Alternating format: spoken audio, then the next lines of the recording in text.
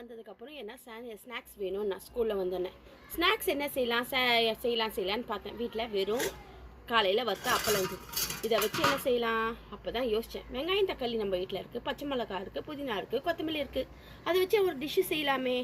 Chat masala இதை வச்சு ஒரு சூப்பரான டிஷ்ஷு செய்யலாமே. பாருங்கள், வெங்காயத்தை மேலே தூவிக்கலாம்.